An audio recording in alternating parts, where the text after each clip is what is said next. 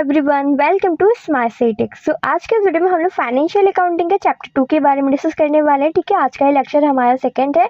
अगर आपने अभी तक लेक्चर 1 नहीं कंप्लीट किया है तो उसे जाके कंप्लीट कर लीजिए। उस वीडियो की लिंक आपको कमेंट में ड्रॉप है। ठीक है, अब उसे अच्छे से कंप्लीट कर लेना। लेक्चर 1 में आपको कंप्लीट गाइडेंस दी गई है। अगर आप किसी अदर स्ट्रीम से हो तो आपको फाइनेंशियल अकाउंटिंग की प्रिपरेशन कैसे करनी है, न्यूमेरिकल कैसे रेडी करना है, नोट्स कैसे प्रिपेयर करनी है, प्रीवियस पेपर कैसे स्टडी करनी है, सारी चीज़ें उसमें बताई गई है। ठीक है, कंप्लीट गाइडेंस दी गई है, तो आप उसे कंप्लीट कर लेना। उस वीडियो के लिए आपको कमीशन में मिल जाएगी, आप वहाँ से ज्वाइन करके देख सकते हो। ओके, और आपको कोई भी डाउट आता है तो आप टेलीग्राम पे भी पूछ सकते हो, देन आपको सारी चीज़ें वहाँ से भी इंफॉर्मेशन मिल जाएंगी। और सबसे इम्पोर्टेंट, आप कौन सी यूनिवर्सिटी से हो जरूर मेंशन करके जाना, ताकि मैं आपकी यूनिवर्सिटी का सिलेबस और इम्पोर्टेंट क्वेश्चन पेपर पर डिस्कस करा सकूँ। ठीक है, तो आज के इस वीडियो में आपको मैं थोड़ा न्यू पैटर्न बताने वाला हूँ, जैसे कि आपको इस रिलेटेड क्वेश्चन कम से कम 2 से 3 क्वेश्चन मैं आपको डिस्कस कराऊंगी। ठीक है, एंड चैप्टर से रिलेटेड आपको 2 से 3 क्वेश्चन देते जाऊंगी, ताकि आपको नॉलेज रहे कि इस पे क्वेश्चन कैसे बनते हैं और आंसर कैसे कंप्लीट करना है। ठीक है, ये भी बताते चलूंगी। तो सबसे पहले तो हम आपको meaning and definition English Hindi दोनों बताएंगे। तो पहला हमारा आता है इसमें मीनिंग ऑफ अकाउंटिंग प्रिंसिपल। देखो, अकाउंटिंग लेखांकन सिद्धांत क्या होता है। Accounting principle are the basic rules and guidance which act as a foundation for accounting practice. They make financial statement reliable and comparable and understandable. ठीक है, लेखांकन सिद्धांत के वो मूलभूत नियम और दिशा निर्देश हैं जो लेखांकन प्रथाओं के नींव का काम करते हैं। इनमें वित्तीय विवरण विश्वसनीय, तुलनीय और समझने योग्य बनाया जाता है। ठीक है, अकाउंटिंग प्रिंसिपल्स क्यों बनाए जाते हैं? इसलिए बनाया जाता है कि हमें से फाइनेंशियल वित्तीय विवरण मतलब कि फाइनेंशियल स्टेटमेंट का जो कि हम बिलीवेबल होता है, जो कि उसमें सारी बातें विश्वसनीय रूप से लिखित होती है और वो तुलनीय और समझने योग्य होती हैं। उसमें जो भी अकाउंटिंग प्रिंसिपल में जितनी बातें लिखी होती हैं उसके अकॉर्डिंग ही हम अपने फाइनेंशियल अकाउंटिंग में विवरण तैयार करते हैं। ठीक है, आई होप आप लोग को चीज़ें समझ में आ रही होंगी। अब हम पॉइंट 2 के बारे में डिस्कस करते हैं, नीड फॉर अकाउंटिंग प्रिंसिपल। ठीक है, अकाउंट सिद्धांतों में आपका लेखांकन सिद्धांतों में क्यों ज़रूरतें इंपॉर्टेंट हैं। तो to maintain uniformity in recording transaction, to ensure reliability of financial statement, to make comparison possibility difference between firm. ठीक है, एंड इसका हिंदी वर्जन में देखते हैं, लेन देन दर्ज करने में समानता बनाए रखने के लिए हम इसे तैयार करते हैं। वित्तीय विवरण की विश्वसनीयता सुनिश्चित करने के लिए हम इसे रेडी करते हैं। नेक्स्ट, इसमें विभिन्न फर्मों की तुलना को संभव बनाने के लिए हम इसे प्रिपेयर करते हैं। ठीक है, अब इसका हम बेसिक कॉन्सेप्ट पढ़ेंगे इसका। ठीक है, जो कि आपका बेसिक कॉन्सेप्ट बहुत इंपॉर्टेंट है, ध्यान से देखिएगा। सम इम्पॉर्टेंट यहाँ पे दिए हुए आपको। देखो, एग्जाम में भी आ गया ना कि क्वेश्चन बन के आ गया कि right about basic concept of accounting standard. Note कर लीजिएगा क्वेश्चन, मैं एक बार फिर से बोल रही हूँ, explain basic concept of accounting standard. तो आप पॉइंट वाइज ऐसे लिखे हुए। ठीक है, इसे पॉइंट वाइज ऐसे ही आपको कंप्लीट करना है। तो पहले इसमें हमारा पॉइंट आता है बिजनेस एंटिटी कंसेप्ट, व्यवसाय इकाई सिद्धांत क्या होता है।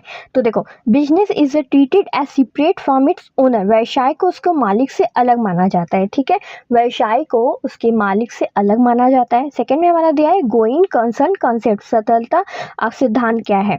तो business is assume to continue for a long time. यह माना जाता है कि व्यवसाय लंबे समय तक चलता रहेगा। ठीक है, उसमें बेसिक कंसेप्ट हमारा इसमें क्या भी है कि हम उसमें मान लेते हैं कि ये बिजनेस हमारा बहुत ही लॉन्ग टर्म के लिए चलेगा, क्योंकि अगर हम सारी चीज़ें नियम से करेंगे, उसमें नियमबद्धता से करेंगे, टाइम टू टाइम सारी चीज़ें अपडेट रहेंगे, तो क्या हमारा बिजनेस लॉन्ग टाइम नहीं चलेगा? बिल्कुल चलेगा। ठीक है, नेक्स्ट देखिएगा, हमारा पॉइंट 3 में दिया हुआ है मनी मेजरमेंट कंसेप्ट क्या होता है। मुद्रा मापन सिद्धांत, only transaction measurable in money and are recorded. केवल वे लेन दर्ज किए जाते हैं जो जिसे धन में मापा जा सकता है। ठीक है, सिर्फ उन्हीं लेन देन को हम दर्ज करते हैं अकाउंटिंग प्रिंसिपल्स में जो कि हम मनी के ट्रांजेक्शन के रूप में मानते हैं। ठीक है, ध्यान दीजिएगा। नेक्स्ट पॉइंट देखिएगा, क्वेश्चन पॉइंट 4 में है आपका कॉस्ट कंसेप्ट क्या होता है, लागत सिद्धांत जिसे कहते हैं। ठीक है, assets are recorded at their purchase cost not current market value. पर संपत्ति उनकी खरीद लागत पर दर्ज की जाती है, न कि मौजूदा बाजार मूल्य पर। ठीक है, परिसंपत्तियां जब हम खरीदते हैं तो लागत मूल्य पे खरीदते हैं, ना कि बाजार मूल्य पे खरीदते हैं। ठीक है, मार्केट वैल्यू पे नहीं खरीदते, किस पे खरीदते हैं हम लोग? कॉस्ट वैल्यू पे। ठीक है, पॉइंट 5 में देखिएगा ड्यूल एस्पेक्ट कंसेप्ट। द्विपक्षीय सिद्धांत क्या है? Every transaction had two aspects, debit and credit. हर लेन के दो पहलू होते हैं। कौन कौन से होते हैं आपके? डेबिट और क्रेडिट पक्ष होते हैं। कौन कौन से होते हैं? डेबिट और क्रेडिट पक्ष होते हैं। ठीक है, हर लेन देन के कितने पक्ष होते हैं? दो पक्ष होते हैं। ध्यान दीजिएगा, याद करते हुए चलिए। ठीक है, मैं आपको एक एक चीज़ रटा दूंगी कि बस आपको एग्जाम में क्वेश्चन दिखेगा, बस आपको फटाफट आप आंसर लिखते जाओगे। पॉइंट 6 में देखिएगा अकाउंटिंग पीरियड्स कंसेप्ट, लेखांकन अवधि सिद्धांत। The life of business is divided into equal time intervals, year और क्वार्टर। व्यवसाय का जीवन समय अवधि में होता है। कौन सी अवधि में होता है? वर्ष में होता है। और किस में होता है? आपका तिमाही में होता है। ठीक है, एवरी 3 मंथ में होता है। नेक्स्ट और ईयरली होता है। ठीक है, इस पे ध्यान दीजिएगा, ये आपका एमसीक्यू भी बन सकता है इस पे। पॉइंट 7 में देखिएगा एक्रूअल कंसेप्ट, अस्मिता सिद्धांत क्या होता है? Revenue and expenses are recorded when they are earn incurred, not when cash is received या पेड। राजस्व और खर्च उस समय दर्ज किए जाते हैं जब वे अर्जित या वहित होते हैं, न कि जब नकद या आयात होता है। ठीक है, राजस्व रेवेन्यू एंड एक्सपेंसेस तब दर्ज किए जाते हैं जब वो अर्जित किए जाते हैं। ठीक है, जब अर्न किए जाते हैं, ना कि उसे कभी हो जाए जब रिसीव्ड और पेड किए जाते हैं। ओके, अब हम पढ़ते हैं GAAP का। हम लोग क्या पढ़ेंगे? इंपॉर्टेंस पढ़ेंगे। ठीक है, ये क्यों इंपॉर्टेंट है, किस लिए इंपॉर्टेंट है, इसके बारे में डिस्कस करेंगे। देन आपको 2 क्वेश्चन इंपॉर्टेंट बताएंगे। ठीक है, चलो। Gap ensure transparency, compatibility, reliability and fairness is a financial reporting. Gap वित्तीय रिपोर्टिंग में पारदर्शिता, तुलनीयता, विश्वसनीयता और निष्पक्षता सुनिश्चित करता है। गैप क्या करता है? Gap is a transparency, compatibility, reliability, fairness in a financial accounting. ठीक है, गैप वित्तीय विवरणों में रिपोर्टिंग में पारदर्शिता लाता है, तुलनीयता लाता है एंड विश्वसनीयता लाता है और निष्पक्षता लाता है। ठीक है, इसे ध्यान दीजिएगा। इससे अच्छे से आप चाहे तो इसका डेफिनेशन के तौर पे भी इसे लिख सकते हो। ठीक है, इसे डेफिनेशन के तौर पे भी लिख सोगे तो भी आपका इसमें अच्छे से आपको 2 नंबर मिल जाएंगे। अब चलो इससे रिलेटेड क्वेश्चन देखते हैं। Why are accounting principle necessary? लेखांकन सिद्धांत क्यों आवश्यक है? ठीक है, इसका पहला क्वेश्चन नोट करिएगा, why are accounting principles necessary? लेखांकन सिद्धांतन क्यों आवश्यक है? मैं ये शॉर्ट बता रही हूँ, मैं इसमें आपको लॉन्ग क्वेश्चन भी कंप्लीट कराऊंगी। ठीक है, एक बार अगर चैप्टर्स कंप्लीट हो जाते हैं देन मैं आपको लॉन्ग क्वेश्चंस प्रोवाइड कराऊंगी। इंपॉर्टेंट आपको 10 से 12 ऐसे क्वेश्चन दूंगी ना कि आपको खुद ही लगेगा हाँ मैम बस आपके बताए हुए सारे क्वेश्चन आए। आप पीछे वीडियोज़ के रिव्यूज़ भी चेक कर सकते हो, जो कि आपको खुद ही समझ में आएगा कि हाँ सारे क्वेश्चन यहाँ से रिलेटेड ही आते हैं। ठीक है, लगभग आपको 80% का क्वेश्चन यहाँ से देखने को मिल सकते हैं। और हाँ, आपको अगर कंप्लीट प्रिपरेशन करनी है तो हमारा पेड बैच ज्वाइन कर सकते हो। उसमें आपको चैप्टर वाइज नोट्स मिल जाएंगे, प्लस आपको प्रीवियस से पेपर क्वेश्चन मिल जाएगा, प्लस आपको सारे इंपॉर्टेंट क्वेश्चंस की भी PDF मिल जाएगा। ठीक है, सॉल्यूशन के साथ रहेगा। आप चाहे हिंदी में ज्वाइन करो चाहे इंग्लिश में ज्वाइन करो। ठीक है, दोनों बोथ लैंग्वेज में आपको मिल सकता है। एनी अदर यूनिवर्सिटी, आप कोई भी यूनिवर्सिटी से हो, आपको ऑल यूनिवर्सिटी का नोट्स वहाँ से प्रोवाइड होता है, कंप्लीट गाइडेंस दी जाती है। अगर आपको समझ में नहीं आ रहा है कि प्रिपरेशन कैसे करनी है, आप टेलीग्राम से डायरेक्ट मेरे से बात भी कर सकते हो। ओके, और हाँ, चैनल को सब्सक्राइब करके रखना जिससे आने वाली न्यू वीडियोस की नोटिफिकेशन आपको मिलती रहेंगी। चलो इसका आंसर देखते हैं। लेखांकन सिद्धांत क्या आवश्यक है?